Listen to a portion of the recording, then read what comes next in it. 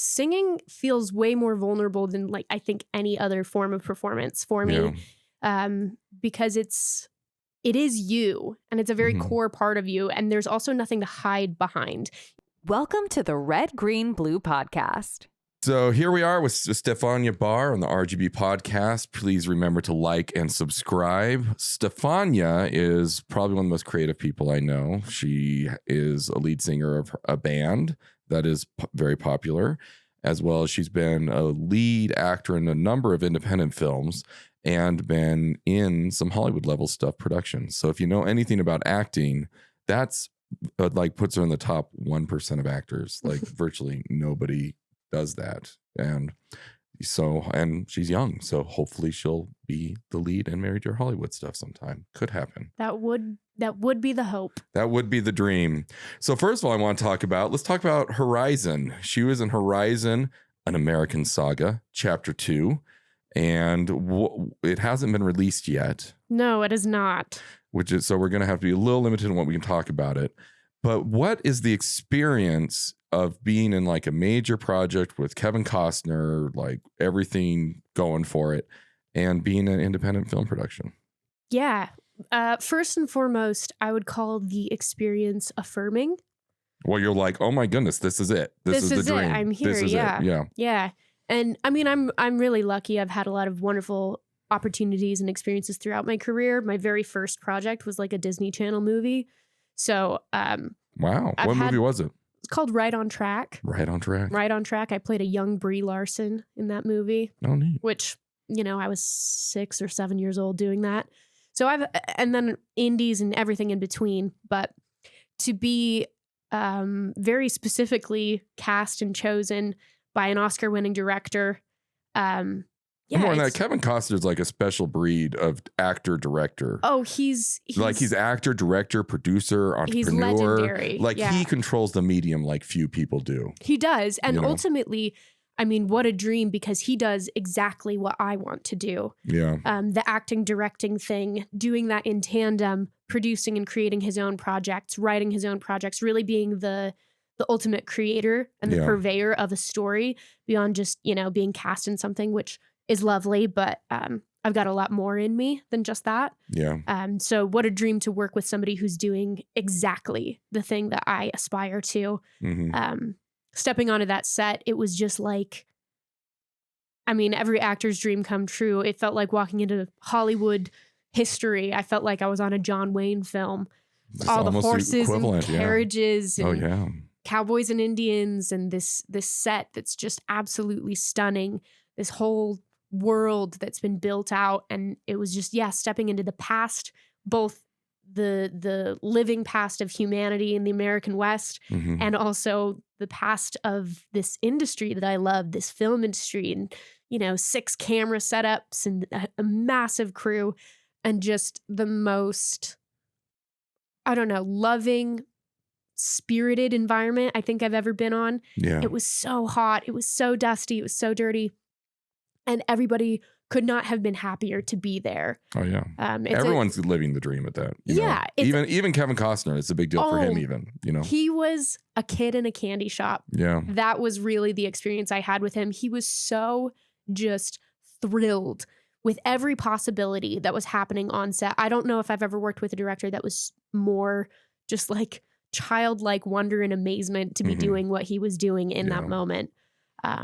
Just an absolute dream. Well, clearly he really loves the Western. I mean, he does. I do think there's kind of like people kind of develop a time period that they'd actually really like to live in to a degree. Oh yeah. and so he's like, I get to live in this time period. Yeah. And I would call the man a true cowboy. Like that is who he is. He just he's willing to do things in a different way. Mm-hmm. And it made me fall in love with the American West.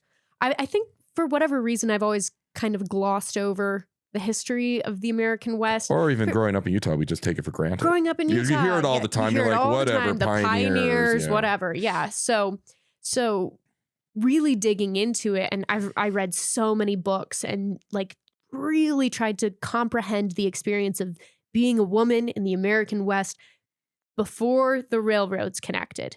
Because as soon as the railroads connected, it became a little easier for people and families to make it out there. Yeah.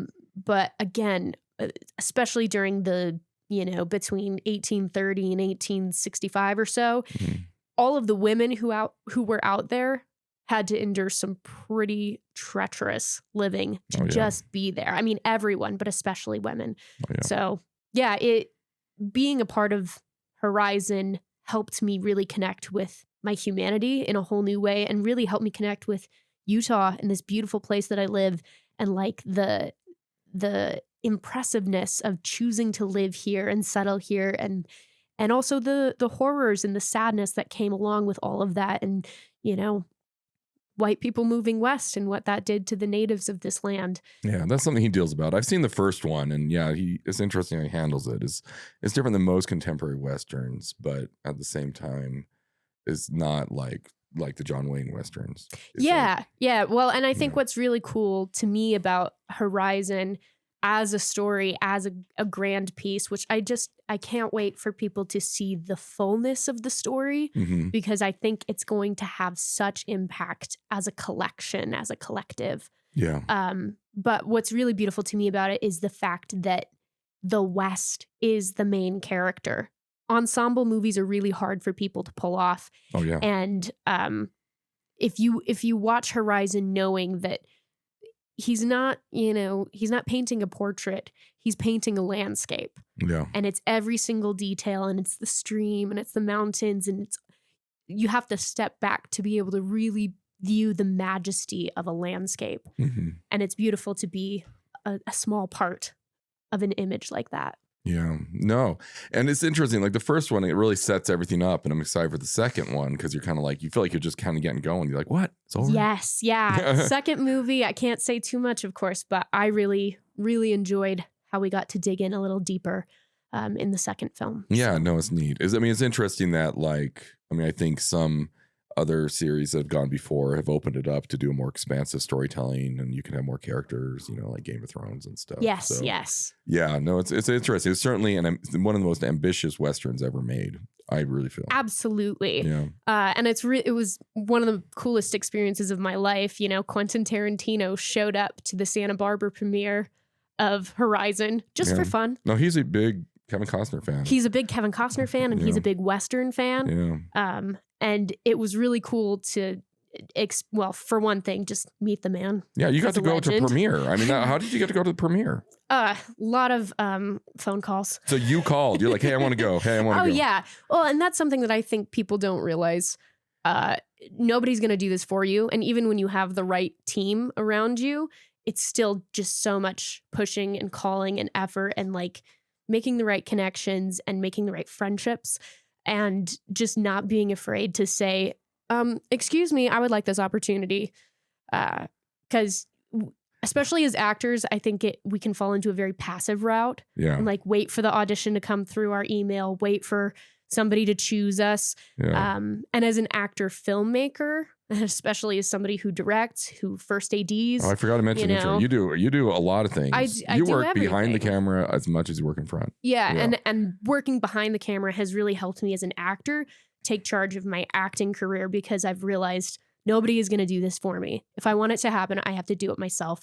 And also I have the courage now to do that and make the phone call and show up and be bold and be aggressive and just take it.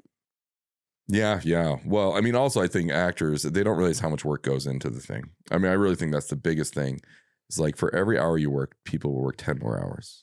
Oh, yeah. I Easy. mean, my goodness. So being late is absolutely disastrous. Bad behavior is absolutely disastrous. Yes. Just don't be a problem, because my goodness. everybody's already diva done behavior. Work. Yeah. There's literally no room for that. I feel really lucky. I went from being an actor, like a child actor on some pretty big sets as a kid, and then went to film school, and I was like, well, I want to learn everything. So then I was a PA, and I was a PA on Steven Soderbergh's Mosaic. And oh, yeah. My, what an experience that was. To go from having your own trailer to cleaning other people's trailers, to go from being waited on to waiting on people. Yeah. And to go from being treated like a little princess on set to being at the very bottom of the totem pole, and the humility that required, but also how intentional that choice was. And I think that and every other thing that I've done behind the scenes has made me a better actor, a better storyteller, better filmmaker overall. And a better person. Yeah, truly. No, actually, I kind of think that's it really probably has. the case. Yeah, It really has. If you can remember that some days somebody's going to bring you coffee and other days it's your turn to bring the coffee. Yeah. Keeping that attitude in this business is, I think, critical for keeping your humanity and also finding the success you're looking for. Yeah, I had a friend who did a movie with a major actress who I will not name, but I'm sure you know her. And she, one of the biggest actresses of the 90s, I'll say. But she, it was interesting because I said, what was it like working with her? And he says, like, she's just her whole life, she's always ever gotten everything. And she just doesn't stop. Like, so we ended up assigning 2 people just to deal with all of her stuff to her. Yeah. And that's kind of what, in a way, she was pushing for. But it was a small independent film. Mm-hmm. And so they really didn't have the resources for that. But she just did not know how to behave in any other way. Yeah. Yeah. Well, and it's interesting. I would say most of like the A-listers or like the really successful people that I've worked with have been lovely and have a beautiful spirit and know how to, they have some connection to the real world. Yeah. But every once in a while you get a person that really has just lost their humanity in such a way that it's shocking that they can even play a character that is a real person because they just don't feel like a real person at all. Yeah, that's always my acting advice to actors. It's like, if you can't act like a normal person when the camera's off, how do you act like a normal person when the camera's on?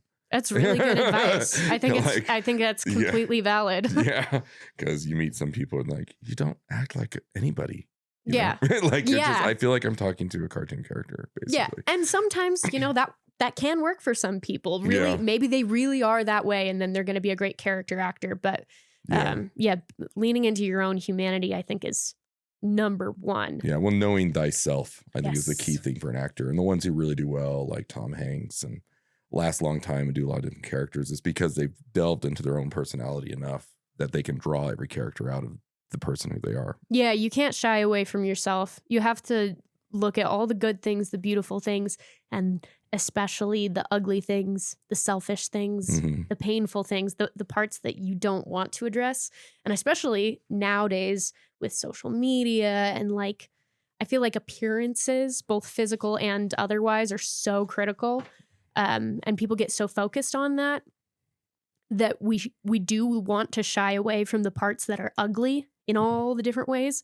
But those ugly parts really are the parts that make you shine and stand out more than anything. Yeah. So what is it like being a lead singer in a band? Again, now we're going to talk about the rock star side. No, really. Yeah. It's got to be a lot of fun, right? It's everyone's the dream in a way. It is. Yeah. Making music is so core to me as a human being. I've been playing piano since I was like 3 or 4.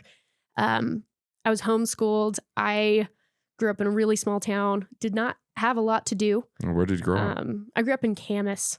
Camas? Oh, interesting. Yeah. So Camas, is that southern Utah? No, it's Camas is out of Park City. Park City, yeah. Well. Oh, well. Yeah, it's a very expensive small I always town. say, well, it wasn't when I was growing up there. Was, yeah, it's just changed a lot. It's changed Park a lot. City's kind of... Yeah, I always say Park City area, and people are like, ooh. It's like, you're like, especially you're being an actress. Girl. Yeah, exactly. I'm like, no, I grew up running Camas around was pretty rural barefooted with goats and horses and driving. I learned how to drive the pickup truck around while my parents threw hay in the back. Katherine Hagel lives in Camas. Yeah, she does. So and Tom Hanks' son went to the Oakley School.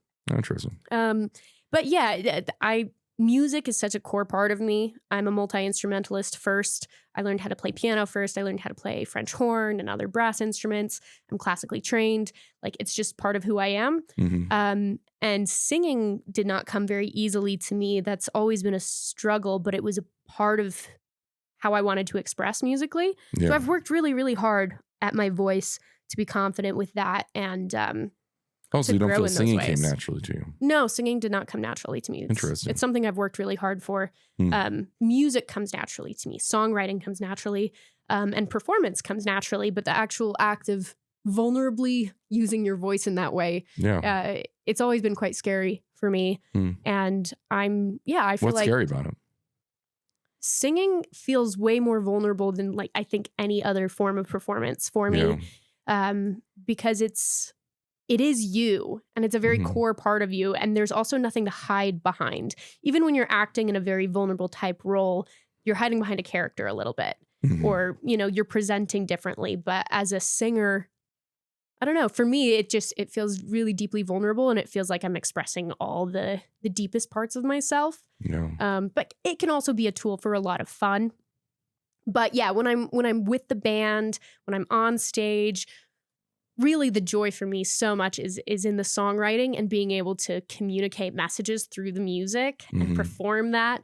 And of course, the audience feedback. Oddly enough, people are always surprised by this. I've never done any kind of musical theater as an actor and a musician. That is interesting. People are shocked by that, but it's just never been something I was super interested in. But by performing music live, I get that kind of like live feedback with people, and just released music for the first time in a long time, new original music. And I've got a whole album coming out a little later. I don't know if I want to say this year, but coming along. We've got a lot of new music. It's coming along. Got a lot of new music coming soon, and that it's just been such a blast to see people's feedback. Well, I feel musical theater is very, very different than being in a rock band. I mean, it is. In a band, very different. It is. Yeah. I have an aspirational project someday that would be like a musical, but it's like a rock opera more than anything. So Tommy. Yeah, it's my own Tommy. Your own Tommy. With an angry vigilante nun. It's really cool and crazy. Who really likes skeet ball. It's a skeet ball wizard. Okay. Sure. Let's move it on. Yeah. So, Georgia O'Keeffe said that she feels singing is the purest form of expression. And because she can't sing, she paints. That's like a quote. That's beautiful. I don't know. It is. It is really beautiful. And so it's neat. You got to do it. So what is it like? How is it different working in a band as opposed to working on a film set?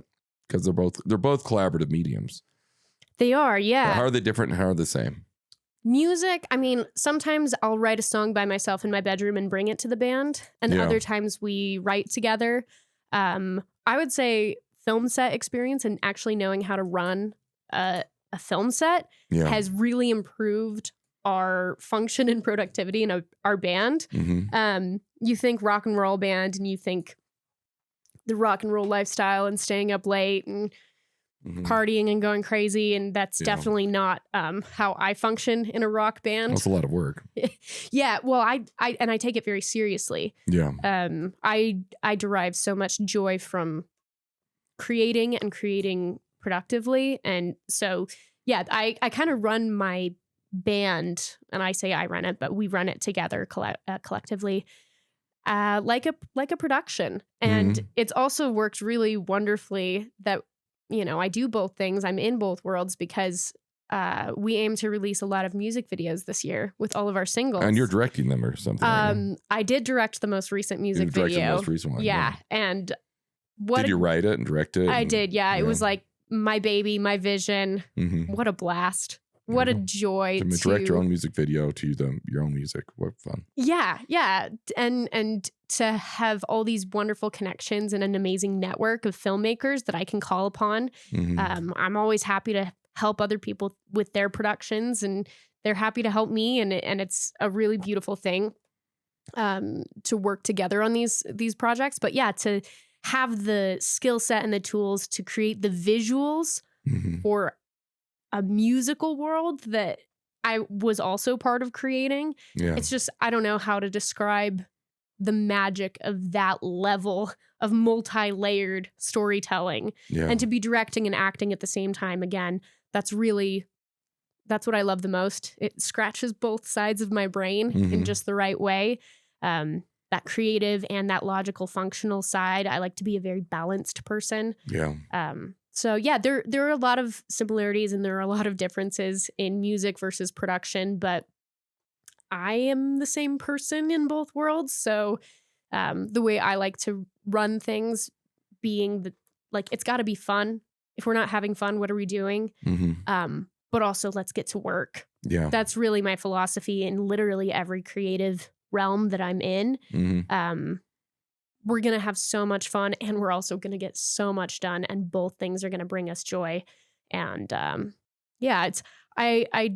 kind of defined myself recently. A lot of people have asked me like, well, what do you like doing the best? Do you like acting? Do you like music? Do you like directing? Like, where do you want to end up? And I never know what to say to that because I love it all.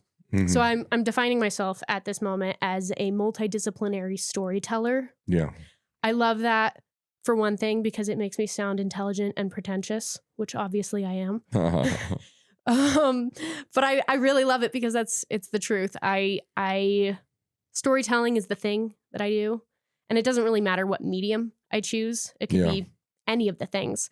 But I love telling stories, and I love connecting with other people, and I love expressing parts of myself that are human and finding how that relates to just the general experience of humanity. Yes. So it's really fun to have a lot of different ways to express and tell stories. Oh, that's great. Well, it's a lot of, I mean, you have to have something to say too, right? Yes. And I unfortunately, I'm a yapper. I do have a lot to say. Well, there you go. That's good. That's great. I'm so glad. And it's nice. You also seem to have the energy to do all these things. I mean, I was just like, somehow. As a laborer, somehow. I mean, Yeah. you wake up excited to do them every day, or you kind of like some days are like, no. No, I mean, I would say I live a very purpose-driven life, Mhm. and making stuff is my purpose. I just want to make cool things with cool people until I die. Yeah. I'm not very money motivated. Maybe I should be more money motivated. That's always the problem. I'm not motivated by power. I'm not motivated by almost anything except for this, that magic of making cool stuff, expressing oneself and connecting with other people through that expression. And I don't know. It's my dream. It's my purpose. I'm already living it. And I'm excited to do it on whatever scale I can. And hopefully that scale continues to grow and grow. Yeah. No, it's fun to work on bigger and better things, right? Yeah. So- well, things get easier. It's easier to focus on the expression when you have more budget. That's true. And also, rather than fighting for every little thing, I don't know, man.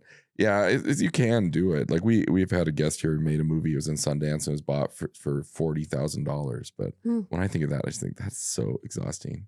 I mean, and $40,000 is a lot of money. I mean, it's a whole lot of money. I mean, but for it depends making a on what movie, the it's budget nothing. was. Yeah. I mean, for making a feature-length film, it's nothing. Yeah, I mean, some commercials have bigger budgets than that. In fact, most commercials. Most commercials do. Yes, have bigger budgets than absolutely. that. So, well, that's great. So, what was it like working on High School Musical, the series? Oh, that was fun. That was just a fun little moment. I've known Brent Geisler for a long time. I love his career. He's been a first AD for a long time, and he was, I think, AD on the first season of High School Musical.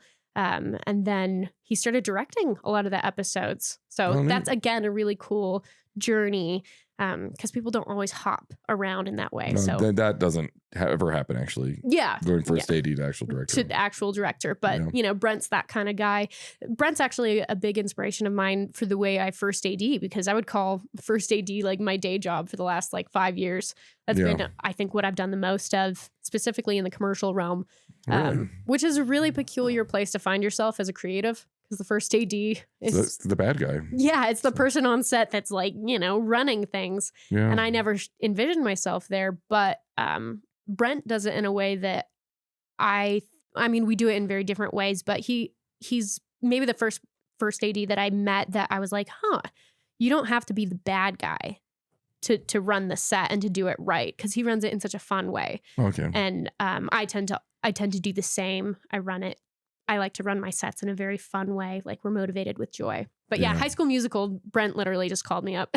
He was like, hey, I need somebody that has some musical performance. Oh yeah, especially because you're a karaoke singer. Yeah. So being a singer in a band would be he's like, I need somebody that's going to be able to manage this consistently for this episode. So that was fun. Got to work with Olivia Rodrigo that day. Who is a singer in a band, I believe. I've heard that she's popular now. She is. She's popular among the youth of America. Popped off. There we are. She's now probably known more as a singer than an actress. Than as an actress. Yeah, it's true. That's interesting. Yeah. Well, great. So what do you plan to do for the future? What do you view as your future career? Where would you like to be in 5 years? Like That's I said, a big question. That's a hard question. It is a big question. I'm just curious. Because especially you're so young, right? I mean, Yeah, how old are you? No, you can't tell us. I can't. Yeah, you can't say that. But yeah. No, it's so She funny. can act any range. Exactly. Of I'm any range. roles, from 2 to 75. Yeah. No, my agent will send me auditions. She sent me one this last week, and Yeah. I was like, I don't know if I can do 13 to 15 anymore. Ugh. But I love that, she's trying. She's trying. She's encouraging that. No, I'm in this like Hunger Games fan film. I was in this thing when I was, I don't know, literally 16. It came out a long time ago, but it's popping off again because the section of this fan film turned into a full book. So the writer of the Hunger Games released a book about this. Yeah. Because me and this other actor were like the only faces to these characters. My DMs are exploding because all of these youngins are telling me, I picture you the whole time I was reading this book, which is a really cool thing. Even if I'm not in the Hunger Games movies, that's like wild when people are seeing your face while they're reading a book. But yeah, the TikTok comments that people are making all these fan edits and everything. And they're like, oh, isn't it so sad that these actors are so old now? They're way too old to be them in the real movies. I'm like, oh. It's hard. The one of the comments was like, I wonder where they are now. And I was like, reading TikTok comments and crying. There you are. No, it's true. I mean, that's a hard thing. I mean, I laugh at it now, but like when I turned 25, I was like, I went around to everyone. I was in graduate school at the time. I was like, can't believe I'm 25. I'm so freaking old. Yeah, I thought you were going to say when I turned 25. And I was like, oh, is that still coming up no, for you? no. That's in the past. I wish. And it's funny because all the other graduate students were much older than me. And one of them took me aside after doing this for a number of weeks. It's like, Mark, if you're old, then what are we? Yeah. Because a lot of them were in their late 30s and stuff, and 40s, and I was like, oh, I've been a real jerk. I'm gonna shut up. Oh wow, I need to not talk about this. Shut up. You know what's cool? I think while we're on this topic, I feel like aging in Hollywood has always been such a taboo and such a like, well, you're 30 now, you're 35, you can't play young and beautiful anymore. Like, guess you're going to be the mom character, and then you're going to age out for a while, and then you're going to be a grandma, and there's like nothing like for the you in-between, anymore. Yeah. I feel like things are starting to change because of this kind of self-distributed model. We're seeing a lot more like creators and TikTokers and whatever. Yeah. That it's showing that human beings are interested in other human beings and not just this one standard of beauty and youth that has been largely exploited in Hollywood. And that, I think, has also been a real reason for... Yeah, well, there's more bandwidth, so there's more room. Yeah. Right? I mean, that's... Yeah. Yeah, but I feel like I have so much more to offer now than I did 5 years ago, 10 years ago, 15 years ago. Life Especially, yeah. Having been doing this since I was 6. Yeah. I feel like I'm just starting. I feel like I'm just getting going. And I am already living my dreams. Like I said, I want to make cool stuff with cool people. I do want my budgets to increase. I envision myself, I have some projects already in the works, acting and directing in the same way Kevin Costner does. Yeah. I also see myself working in other people's projects as an actor and telling worthy stories that I'm passionate about and they're passionate about. And I see myself continuing to make music for the rest of my life. So. No, that's all exciting. You know what you should do? Just make Kevin Costner really happy. You should relaunch the Dances with Wolves franchise. Oh. It's like make it a franchise film and remove Kevin Costner's character with you. Replace it with a woman. Replace it with kind of like Rayify. Like Dances with Wolves. Yeah. Star Wars reference. Yeah. I'm like trying to consider how I've seen work. how it would be. Like there we go. That's where the twist will be. I definitely have a Western in the my back pocket that, explores the experience of women in the wilderness. Oh, yeah. I think we do need to tell a lot more of those stories. That'd be interesting. But I don't think it'll be Dances with Wolves. No, I'm totally joking on that. And I don't think anybody could replace Kevin Costner. I don't think we can touch that one. No, exactly. And it's like one of the most perfect movies ever made. Oh, it's phenomenal. I mean, Quentin Tarantino has said that. I mean, it's really amazing. Like especially as time goes by, like it really holds up. Dances with Wolves. It's an absolutely stunning film. It's one of the few perfect movies ever made. It's really hard to pull that off. There maybe are if you were, I don't know, I'm going to say like maybe there's 20 to be brutal, but I'm hoping there's like 100 maybe. It's a really hard medium to pull off. It to is. do, get every casting all right, all the shooting right, the story arc all right, everything right. The Buffalo Run scene is, I think, one of the most stunning things I've ever seen in a film. Exactly. It's absolutely breathtaking. And it's one of those things that, well, I know as a filmmaker, if I'm sucked into the film while I'm watching it, if I'm not thinking about the filmmaking, they've done it right. So if it's on the second or third watch that I finally watch it and I'm like, wait a minute, how did they get that shot? That's how I know the story is wonderful. And that, for sure, I mean, that's Dances with Wolves. Yeah. If Dances with Wolves, it's kind of like Casablanca or Wizard of Oz. You really just can't touch it. No, untouchable films. Yeah. Anyway, well, that's great. So what do you think? So did your mom get you into acting if you started so young? That's a common thing. That 7. 7. We had some friends that were our age, other homeschooled kids. So we had the time. There you go. Yeah. And the flexible schedule. Time and the flexible schedule. Yeah. It was never, I'm super grateful. My mom is wonderful. My parents have been so supportive. They never pushed me into anything. Mm-hmm. It was just like, well, is this something you'd be interested in doing? Like, yeah, of course. Yeah. And yeah, having that homeschooler schedule, it was really easy to make it to every single audition and be on set, all of that. And yeah, she always gave me and my brothers the out. Like, hey, if this isn't something you want to do anymore, like, all good, no pressure, you do your thing. I'm just here to support.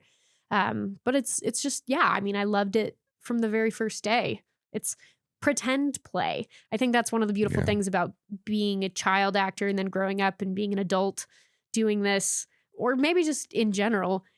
It's a joy to keep your imagination alive. Mm-hmm.